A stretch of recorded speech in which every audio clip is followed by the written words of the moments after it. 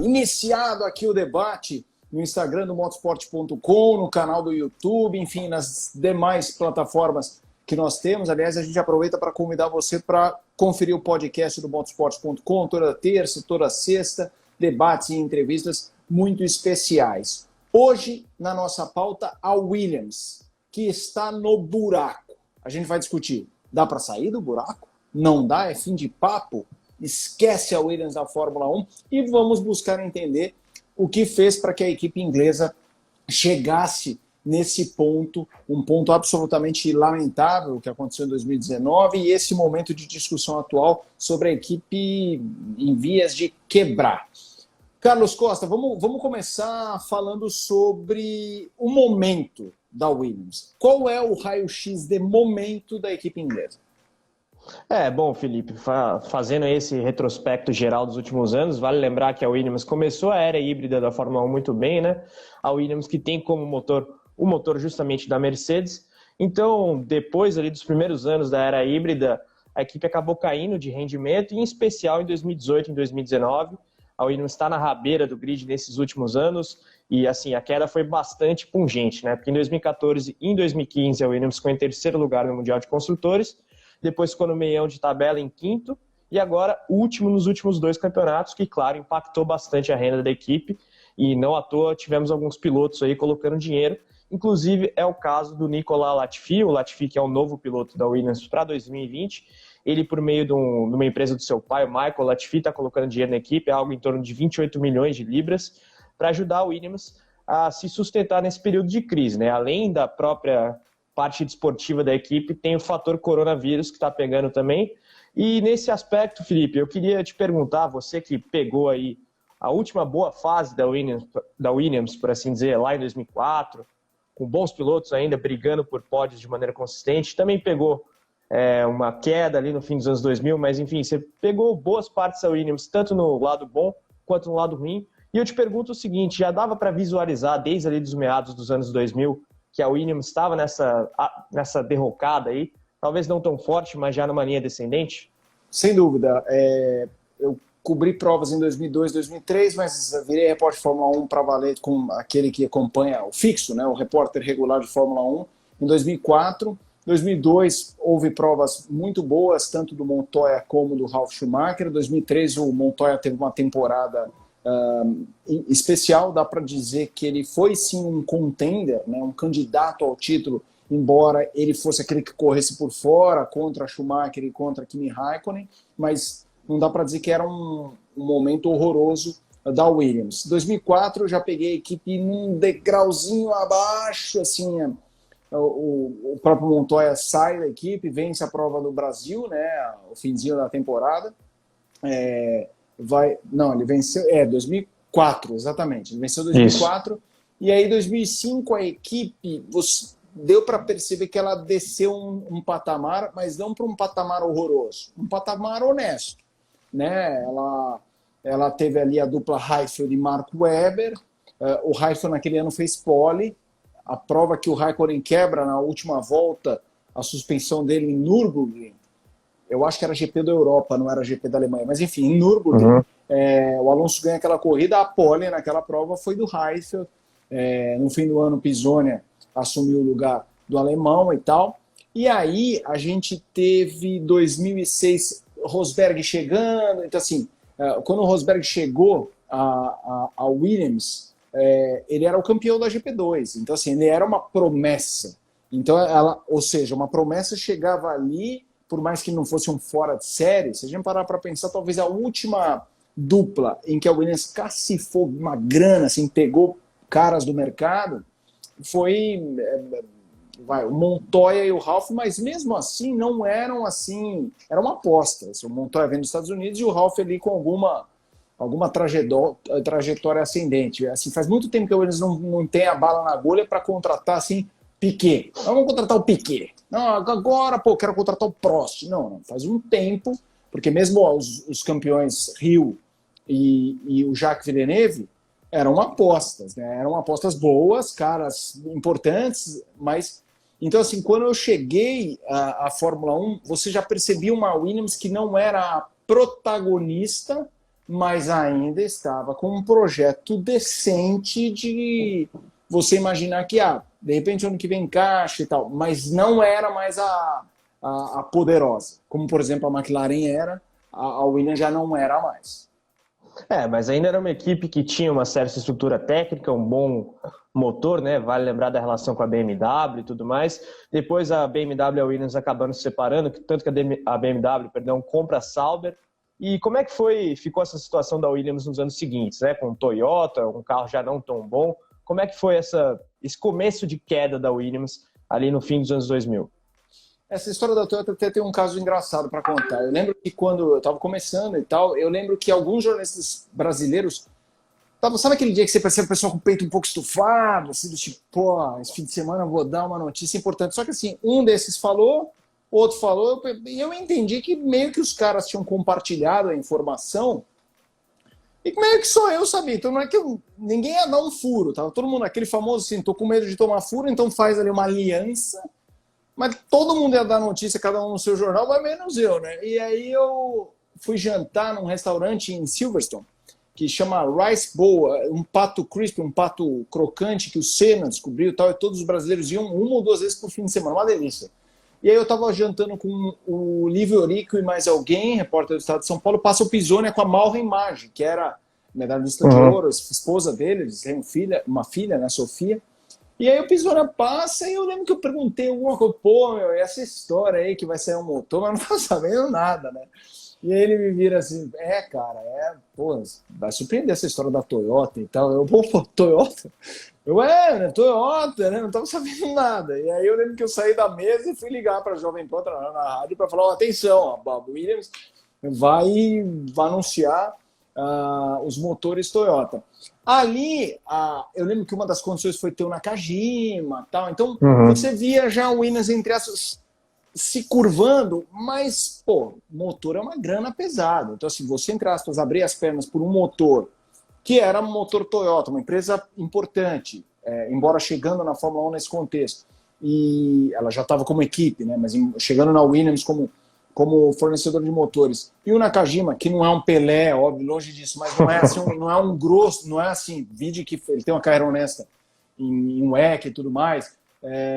E aí o Rosberg, então era meio que assim, eu tô com uma das promessas atuais, vide que o Rosberg foi campeão mundial, e tô aqui com o Nakajima. Então assim, nesse momento, repito, a Williams não estava no topo, não estava, mas havia ali vida. Tinha um coração batendo dentro daquela equipe, que era aquela coisa de juntar. Mas uma coisa que eu fiquei sempre com a impressão, desde aquela época e depois ficou claro.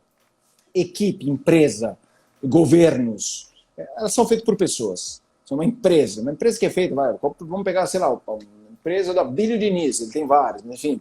A empresa é uma, nossa, que empresa é massa, mas ela é o reflexo de um cara que monta uma equipe, que sabe juntar pessoas e tal.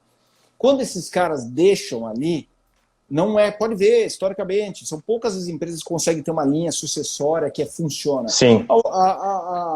Eu acho que essa é a grande diferença da Williams e da McLaren, porque a McLaren, embora tenha o sobrenome do Bruce McLaren, ele morreu muito cedo, o sucesso dela como equipe, Bruce McLaren não existia, e ela teve pessoas importantes, o Ron Dennis é um deles não, talvez é o maior, mas teve outras pessoas que souberam tocar o negócio.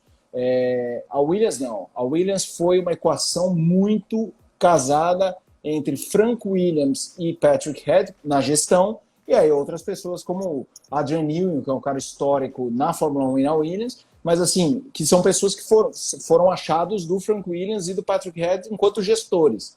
Cara, eu obviamente peguei o Frank Williams lá, que está até hoje, mas eu peguei ele ainda nesse papel de liderança, e o Patrick Head já naquela fase que não... Já está por sair, inclusive, né? Ele deixa o Williams em 2012. Então, sobre o Patrick Head, embora ele saia em 2012, ele já não estava no paddock como aquele big man, sim, sabe assim, tipo Godfather, poderoso chefão. Não estava, assim, o cara, nota 1000, sim, eu fiz algumas entrevistas, ele foi casado com a Betise Assunção, né, que foi assessora de imprensa, meio que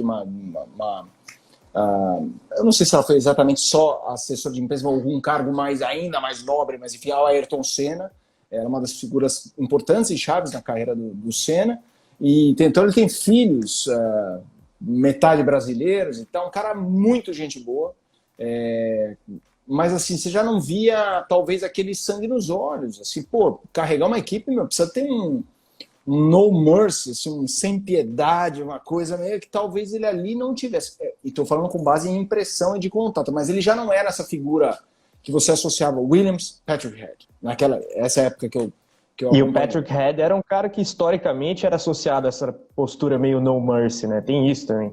Ou seja, mudou um pouco o paradigma. Sem dúvida. E eu acho assim, você, por exemplo, eu trabalhei muitos anos na Rádio Jovem Pan, quem acompanha a Rádio Jovem Pan, ela tinha o seu tuta, mas muito do sucesso da Rádio Pan-Americana, que virou Jovem Pan, foi de um braço direito dele chamado Fernando Vieira de Mello. Fernando Vieira de Mello tem um túnel em São Paulo em nome do cara. Ou seja, o cara é histórico, é um túnel ali na Rebouças, é um lugar importante da cidade. Ele foi o braço, ele é o Patrick Head da Jovem Pan. Então, o que eu estou dando um exemplo? Às vezes tem um fundador, o fundador tem um cara, e aí viram o Big Boss e o braço direito. Comparando o Poderoso Chefão, é isso, o Máfia Mora e o Giovanni Apaga, sabe? Assim, um cara que faz o serviço. É meio que isso. O Patrick Head era isso, e já não estava mais. Você já não via essa coisa implacável. Eu acho que faltou isso, não, Williams. Perguntando, você tinha tocado no ponto de Cosworth e tal, o Barrichello. Cara, isso é uma história muito legal que eu vou contar. Em 2009, teve um acidente na Hungria, né? A Fórmula 1 tinha Massa, Rubinho e Nelsinho. Cara, na Hungria, última corrida do Nelsinho, que o Nelsinho na próxima já foi demitido, e o Massa lesionado. Então, fora de combate, o Rubinho na corrida seguinte ele correria sozinho. Era uma dobradinha Valência e Bélgica, que eu levaria minha mãe. Levaria minha mãe porque é agosto, mês aniversário da minha mãe e o meu. Então a gente ia fazer uma viagenzinha lá. E o Rubinho ligou, e assim, fique bem claro para quem está aqui, o Rubinho, sim, eu sempre tive relações profissionais boas com pilotos, mas nunca assim amizade. Considerar amizade é aquele cara que sai para jantar toda hora e tal. E não era assim, mas o Rubinho, como o GP da Hungria foi muito pesado, a cobertura do Massa, foi sacrificante para todo mundo, até para o Massa, até para o Rubinho, que era um amigo dele, estava ligado, né, tinha a história da mola e tal. Ele me liga e fala assim, cara, eu queria convidar você e a Tatiana Cunha, da Folha de São Paulo, para viajarem no meu jatinho. Depois daquela porrada foda que foi com o Massa, né, assim, pra gente dar uma relaxada, e segundo, até para virar matéria, né, assim. Essa já foi, a parte da matéria já foi uma proposta minha e da Tatiana, pra gente justificar para a empresa, a gente não queria viajar como amigo, a gente queria transformar isso em trabalho. Então a gente falou assim, pô, Rubinho, a gente pode fazer uma matéria que não seja caras, tipo, conheça o jatinho, milionário. Não. Qual a vantagem de um piloto ter um jatinho que ele ganha de tempo, que ele ganha de... Foi muito legal. E a gente, só que nessa viagem que eu ia levar minha mãe, eu comentei, vou levar minha mãe, então não faz muito sentido, né? A gente, nada contra a sua mãe, mas na outra a gente vai. E a outra foi Monza, que ele ganha. Ele ganhou Valência, Spa não ganhou e ganha Monza. Viajamos eu, Tatiana e ele.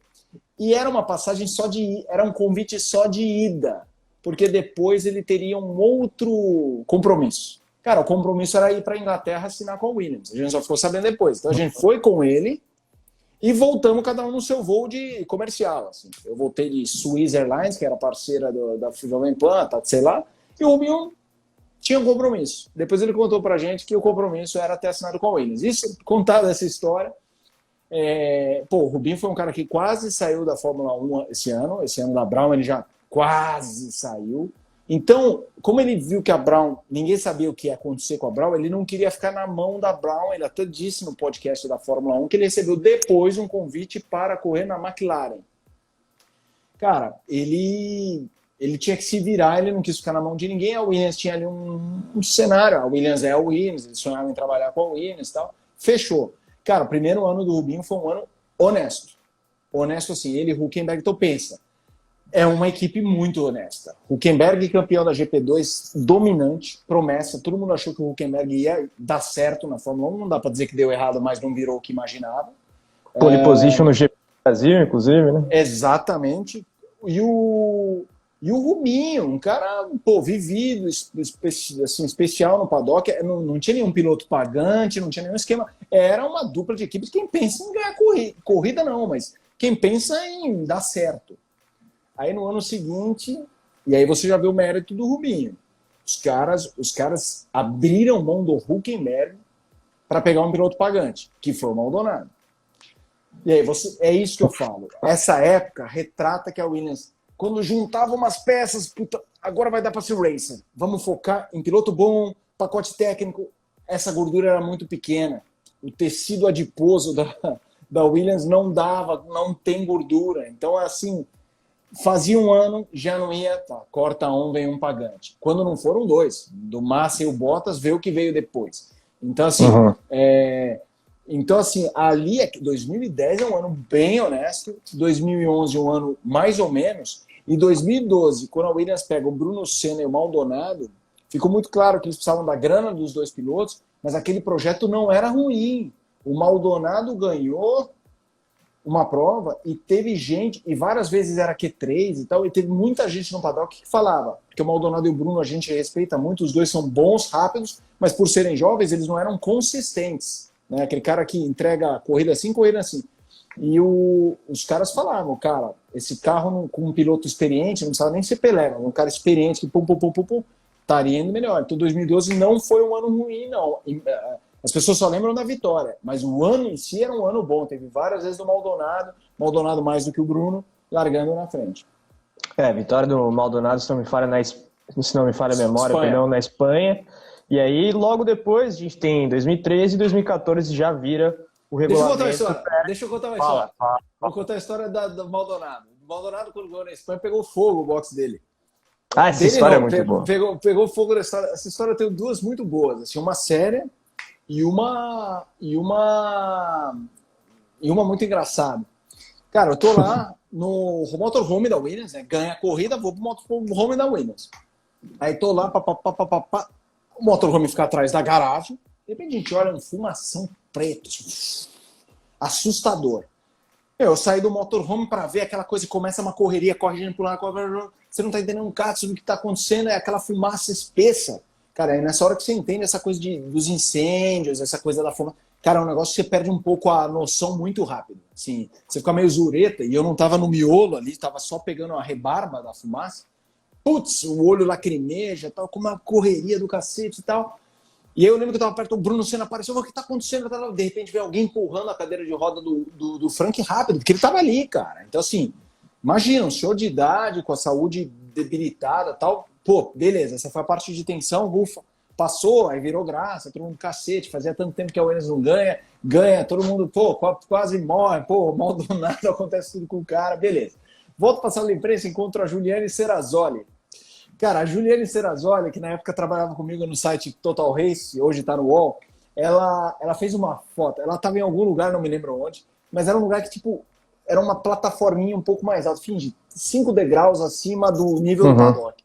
Então ela fez uma foto na hora da fumaça, ela deve ter essa foto, eu vou pedir um dia para ela.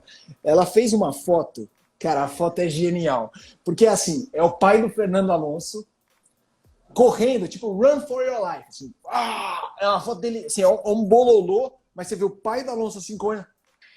E assim, uns 20 metros atrás, a mãe do Alonso. Ou seja, o pai cagou pra mãe.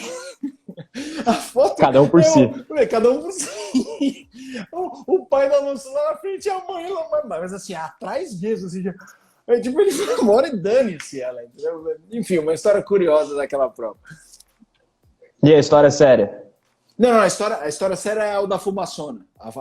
A da coisa do tirar. A zica do Maldonado. A zica do Maldonado, os caras tirando o Frank Williams, a tensão ali foi feia. Assim, por uns... o Frank Williams, que hoje tá com 78 anos, então tava com 70 na época, foi em 2012 essa corrida. Isso. Bastante complicada a situação. E aí a gente entra também, passando agora para a era híbrida, na parte em que o Frank Williams deixa de fato o comando da equipe, que a Claire assume com maior importância ali o comando da equipe Williams, e aí já, como eu falei, com motores híbridos, com motores Mercedes, a Williams começando muito bem a era híbrida, disputando vitórias, Massa tinha trocado a Williams pela Ferrari e conseguiu ali ter uma nova injeção de ânimo na categoria. De onde que a gente saiu de uma Williams competitiva, que foi a Williams de 2014 e 2015, para a Williams de 2018 em diante, Felipe? Qual foi o turning point, por assim dizer?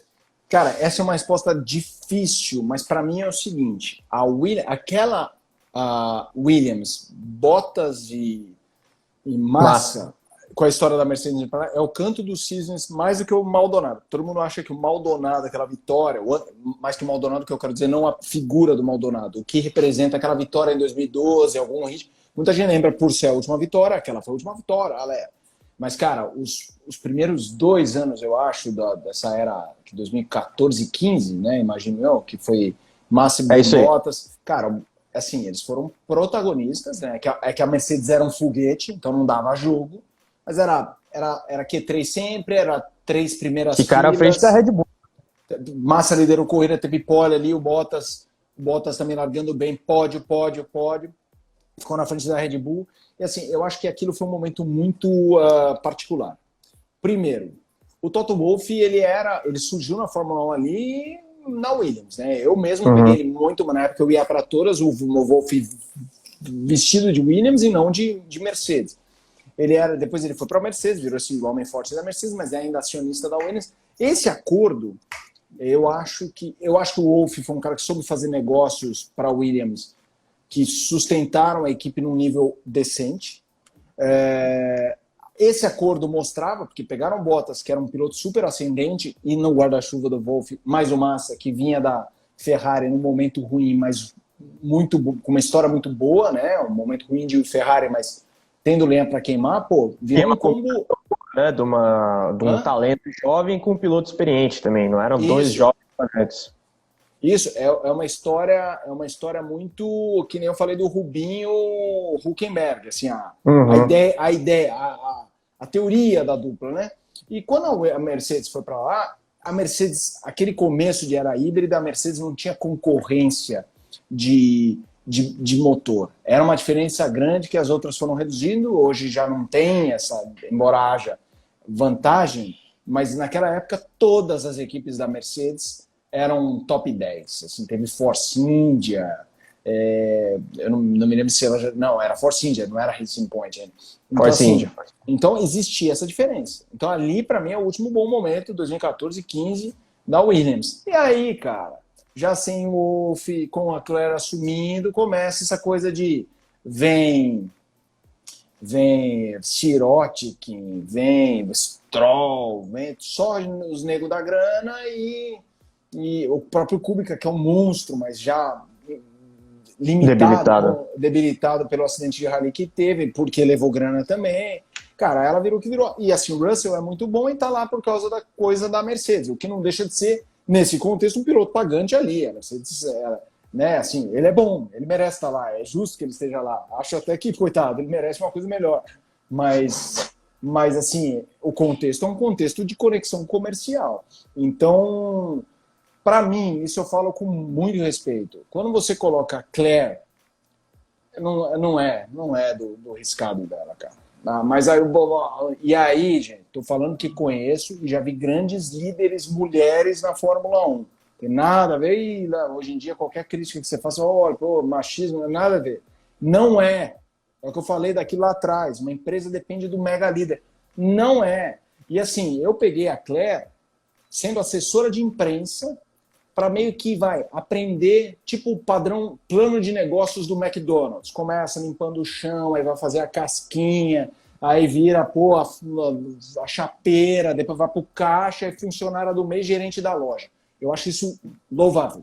Meteram ali embaixo, né, assim, louvável. Dizem que foi o modelo, por exemplo, da TV Globo para o sucessor do Marinho. Não chegou lá mandando. Mandaram estudar fora, voltou, trabalhou de cabo man, foi conhecido. Eu acho o máximo. Eu acho que tem que ser assim. Mas, cara, você já via ali trabalhando como assessora com a gente, que não entendia o macro do negócio. Aí você fala, não, mas assessor de imprensa não é fácil. Não é mesmo. Ainda bem que ela não fez, senão parece que qualquer um vai lá e faz isso. Não. Mas, cara, você fala, pô, ela vai assumir o comando? Pô, e aí não vai. E me chamou a atenção no último domingo, a gente fez uma nota do Montoya, falando que a Williams escolheu pessoas certas para o cargo errado. Eu nunca tinha parado para pensar nisso, imagino que ele fale com base. Nos últimos anos, a Williams pegou Pat Symonds, que é um cara com trajetória vencedora, pegou o ex-Mercedes, o Paddy Lowe, ex-Mercedes, o cara que fez parte desse sucesso da Mercedes na Williams, um fiasco, o próprio Massa no podcast detonou ele, como decepção. Não sei se o cara foi lá meio broxado, entre aspas, ou realmente estava numa função que não é dele, mas eu acho que ali a Williams tomou um caminho de agora não emplaca mais. E é engraçado que com o Pad Low se tinha a expectativa de que a Williams voltasse ao patamar anterior, né? Que era brigar por top 3 de Mundial de Construtores. O que aconteceu, na realidade, foi o contrário. E nesse sentido, Felipe, você citou a Leclerc, que era uma pergunta que eu ia te fazer, e fez uma ponderação clara aí em relação à habilidade natural dela para exercer liderança, né? Que não tem se mostrado a ideal para a função que ela equipe, para a função que ela ocupa, aliás. Vale lembrar que o Frank Williams, de fato, como você bem mencionou, era aquele todo-poderoso, cara que fiscalizava qualquer parte da produção da equipe, e além de tudo com o Patrick Head, que voltou à equipe no fim do ano passado, se não me falha a memória, mas só com cargo gerencial, então não está no dia a dia da fábrica, né? E eu te pergunto, foi uma falha do próprio Frank talvez ter centralizado muito a administração da equipe nesse aspecto familiar? Como sair desse buraco? E também, agora, para a parte final do debate, você acha que alguém vai investir em termos de compra total da Williams? Vai ser um investimento parcial para colocar dinheiro na equipe? Como é que você acha que isso vai acontecer? Cara, essa última, começa pela última. Não sei responder, mas eu, se fosse meter meu dinheiro com base no que foi feito nos últimos anos, se for para entrar, eu tenho que mandar. Minha opinião. Se os caras estão lá, se os caras estão ali, não estão fazendo bem, posso até usar o que chamam de assets, né? Um ativo aqui, uma coisa ali, mas eu vou mandar. Porque assim, nesse meio tempo, não é que nadaram em dinheiro, mas tiveram ali... Teve Martin, teve Rocket, a Rocket inclusive saiu já com efeito imediato. Então assim, teve um cenário ali, ok, tem o tal do teto orçamentário, que mesmo que você não tenha a grana total desse teto, a diferença vai ficar menor, você pode até confiar na sua capacidade de montar um time vencedor que tem alternativas para montar um carro bom. Então, assim, respondendo, se eu não sei o que vai acontecer, mas se fosse eu entraria com a grana e para mandar, não é só para pagar, minha opinião. Você perguntou se o Frank errou em centralizar. É uma pergunta difícil, a gente não sabe exatamente o que aconteceu ali dentro, mas repito, a Williams teve muito sucesso até quando ele estava machucado, lesionado entre a vida e a morte, ela teve vida ali muito pelo Patrick Head e tal. Então, assim, a equipe funcionou e eu acho que quando o jogo foi mudando com as montadoras e tinha essa coisa do garagista, que é uma coisa bonita, mas ficou para trás e não dá mais para competir. Mas eles tiveram o que você falou, a BMW. Williams BMW não foi o que foi McLaren e Mercedes, por exemplo. Então, assim, e aí eu não me lembro, embora eu tenha pegado essa reta final de BMW, eu não me lembro porque faltou, não sei se a BMW meteu menos grana do que a Mercedes, porque assim, quando a BMW foi para a Sauber, tinha o Mario Tyson, BMW. Com a Williams, a BMW não tinha essa figura ali casada, quase acoplada, pelo menos eu não me lembro. Posso me enganar e que alguém na área de comentários me refresque a memória. Mas com o Ron Dennis, você sempre tinha o Norbert Hogg, da Mercedes. Era aquela figura meio gordo, o senhor Batata, assim, um gordinho. Esse cara mandava pra burro, ele tava lá. Então, assim, eu acho que a BMW se acoplou menos ao Williams, não sei se por causa da BMW ou do acordo, do modelo de negócio, mas eu acho difícil dizer. Mas, tipo assim, eles foram ficando para trás, foram ficando obsoletos. Então, assim, fazer uma comparação, eu citei a Jovem Pan, que é onde eu trabalhei muitos anos. Aí veio o seu Tuta, o filho dele, o Tutinha, daí vem rádio, bota online, aí bota podcast, começa a fazer rádio em vídeo, vai modernizando, porque se ficasse só em rádio, ficava para trás. A sensação que eu tive que a Williams, fazendo essa comparação, ficou só no rádio. Ela não foi virando digital. Ela segue analógica em comparação ao que o jogo virou. Bom, Felipe, alguma consideração final aí antes da gente encerrar? Além, óbvio, da tristeza pela situação da Williams, né, que é uma equipe muito tradicional, 9 vezes campeã de construtores, 7 títulos de pilotos. Qual que é a sua consideração final aí para esse debate? Para mim não tem solução. Para mim a Williams é como se a gente compara na literatura inglesa, aquele castelo da aristocracia britânica que tem lá dentro um duque completamente falido. Você olha de fora e tem um castelo, você entra lá dentro, tem goteiro, um guarda-chuva, segurando assim, um baldinho embaixo da escada. Não vejo como ela sozinha tem a força para sair do buraco. Tem que vir de fora alguém que cacife. Acredito que seria viável, eles têm lá uma estrutura importante ainda para fazer jogo, né? E acho uma pena, porque assim, não sei quem nos assiste, mas eu respeito muito a Ferrari, mas a Ferrari nunca foi a minha equipe favorita. As duas sempre foram McLaren e Williams, sempre, e eu não sei dizer quem. Fases, talvez pelo Senna, talvez pelo Piquet, e principalmente por terem deixado o pau comer muitas vezes entre companheiros de equipe. Assim, essa coisa do jogo claro da Ferrari, embora faça parte do business da Fórmula 1 e não é só um modus operandi dela, a própria McLaren e a própria Williams já fizeram em momentos pontuais. Eu sempre gostei do pau comer dentro das equipes, e as duas deixaram. Então, assim, eu torço para que ela saia do buraco, porque Williams no grid é legal, mas a Williams como tá, que em 2019, se ela sumisse, ela viraria manchete no dia que não sumiu, no dia seguinte ninguém nem lembraria, porque ela não estava nem fazendo zero, ela não tinha nenhuma participação naquele grid.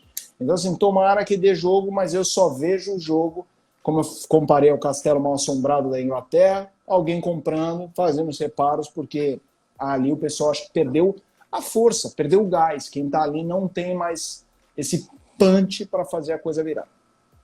Bom, é isso aí então, o comentário final do Felipe, com o qual eu concordo, até pela situação da equipe e dos membros da equipe nos últimos anos, né? Claire Williams já deve estar completamente saturado, Frank já deve estar também um pouco de saco cheio das notícias ruins.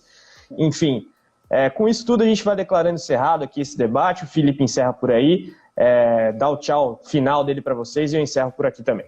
Não, eu queria agradecer o pessoal que está participando nas mídias sociais, no canal do YouTube, se inscrevam no canal, deixando as ativações acionadas. E olha, a gente tem nesse momento de pandemia sem corrida feito esse trabalho de histórias que o pessoal está gostando muito, mas já as corridas voltam, em algumas categorias já voltaram, e a gente está preparando muita coisa especial para vocês. Então, na área de comentários, tanto das mídias sociais quanto do canal do YouTube, deixem temas que vocês gostariam que a gente debatesse, seja da atualidade, seja do passado, porque a gente está de olho e, à medida do possível, a gente vai trazendo aqui para esse balcão de discussão meu e do Carlos aqui. Falou? Abraço, pessoal!